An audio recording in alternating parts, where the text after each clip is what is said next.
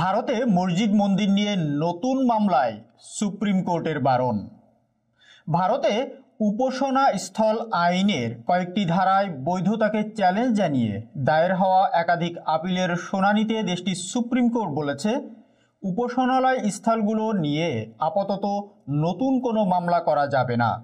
ভারতের supreme court বলছে, যতদিন আইনটির বৈধতা নিয়ে প্রশ্ন তুলে দায়ের করা সব আবেদনের শুনানি চলবে, ততদিন নতুন কোনো মামলা করা উচিত নয়।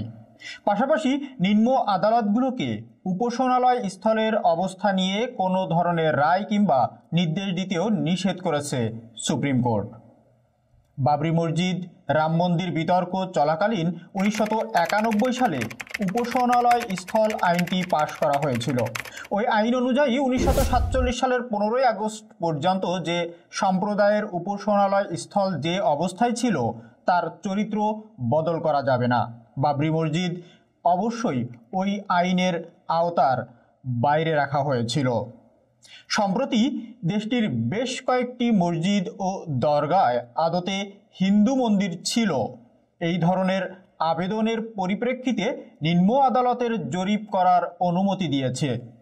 এইসব মুসলমান স্থাপনাগুলোর মধ্যে যেমন রয়েছে কাশীর জ্ঞানব্যাপী মসজিদ, মাথুরা শাহী ঈদগাহ আর সম্ভলের জামা মসজিদ, তেমনি অতি সম্প্রতি আজমির শরীফের দরগা নিয়েও মামলা দায়ের হয়েছে। নিম্ন আদালতগুলোর জরিপের নির্দেশকে কেন্দ্র করে উত্তরপ্রদেশের সম্ভলে পুলিশের সঙ্গে স্থানীয় মুসলিমদের সংঘর্ষে অন্তত 4 জন মুসলিম বিক্ষোভকারী নিহত হন।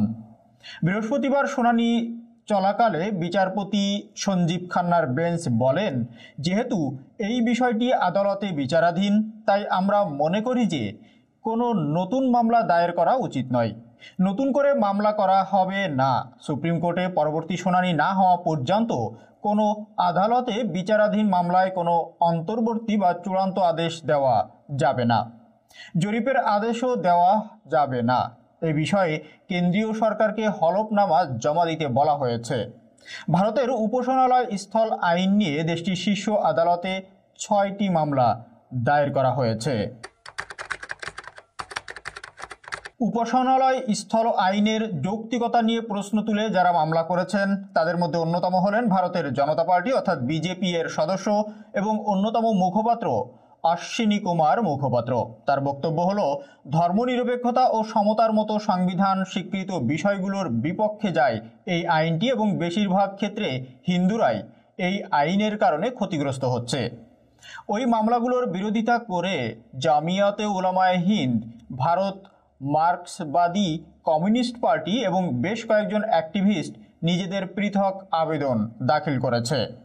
উপাসনালয় স্থল আইনের মূল কথা হলো, ভারতের স্বাধীনতার দিন অর্থাৎ 1947 সালের 15 আগস্ট কোনো ধর্মের স্থান যে অবস্থায় ছিল যেভাবেই সেভাবেই থাকবে, যেখানে কোনো ধরনের পরিবর্তন বা পরিবর্ধন করা যাবে না।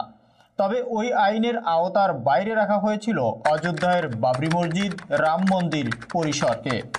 এর কারণ হিসাবে আইনের 5 নম্বর ধারায় বলা হয়েছে, যেহেতু ওই পরিসর নিয়ে 1947 সালের আগে থেকেই মামলা দায়ের করা হয়েছিল, তাই 1991 সালে তৈরি হওয়া আইনের আওতায় সেটিকে আনা হচ্ছে না। আবার ভারতীয় পুরাতত্ত্ব বিভাগের অধীনে যেসব উপাসনালয় স্থল আছে সেগুলোর রক্ষণাবেক্ষণের উপর কোনো ধরনের বিধিনিষেধ অবশ্য ছিল না। বিশেষজ্ঞরা বলছেন, আইনটি যদি সঠিকভাবে প্রয়োগ করা হয় তাহলে সাম্প্রতিক সময়ে নানা মুসলমান স্থাপনা নিয়ে হিন্দুরা যেসব দাবি তুলেছেন সেগুলো আদালতে যাওয়া অথবা আদালতের নির্দেশে সার্ভের অনুমতি পাওয়ারই কথা নয়। বিজেপি নেতা লালকৃষ্ণ আদভানি 1990 সালে অযোধ্যায় রাম মন্দির নির্মাণের দাবি নিয়ে রথযাত্রা শুরু করেছিলেন। বিহারে তার সেই রথযাত্রা আটকিয়ে গ্রেপ্তার করা হয়। সে বছরই অযোধ্যায় কর সেবকদের উপর গুলি চলে।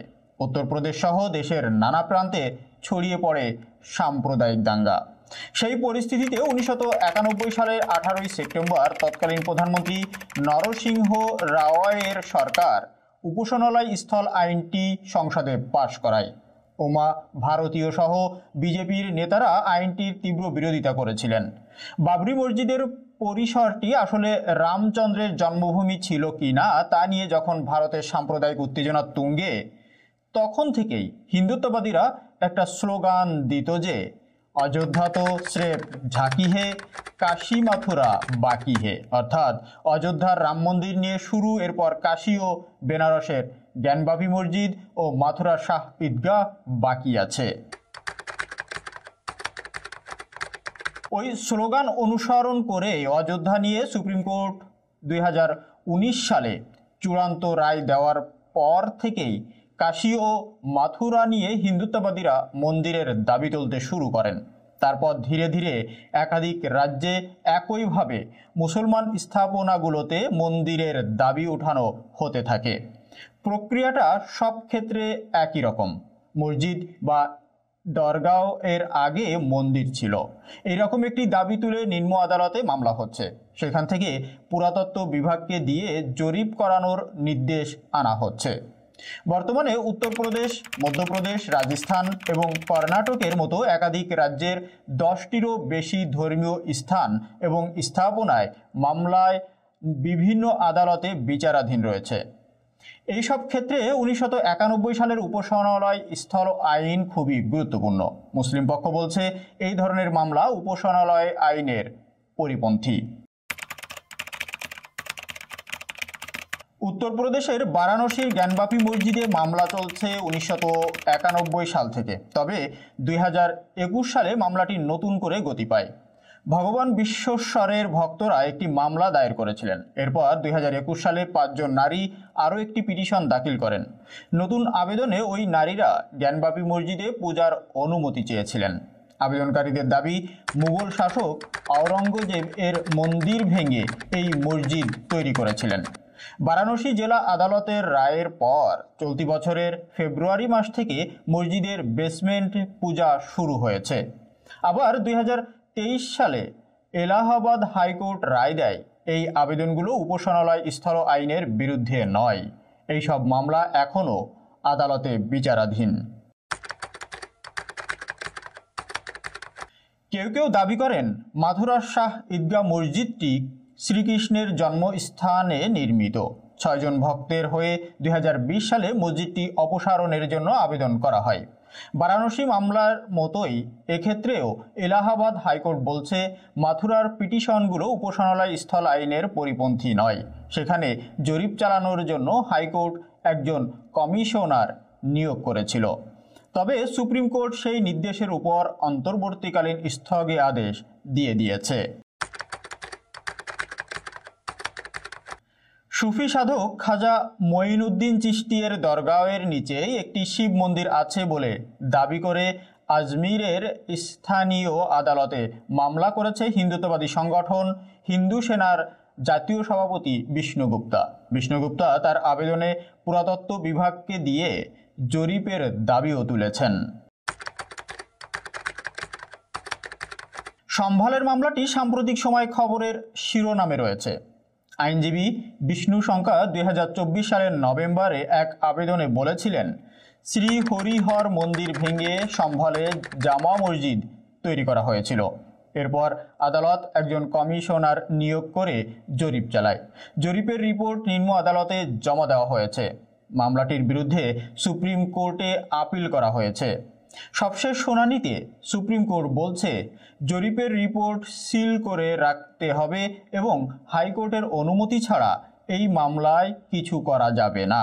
এছাড়াও জুম্মা মসজিদ, বাবা বুদানগিরি দরগাহ, কামাল মৌলি মসজিদ, টিলোয়ালি মসজিদ, শামস জামা মসজিদ, আটালা মসজিদ এবং শেখ সেলিম চিশতিয়ার দরগাহের মতো বিভিন্ন মসজিদ নিয়েও আদালতে মামলা হয়েছে।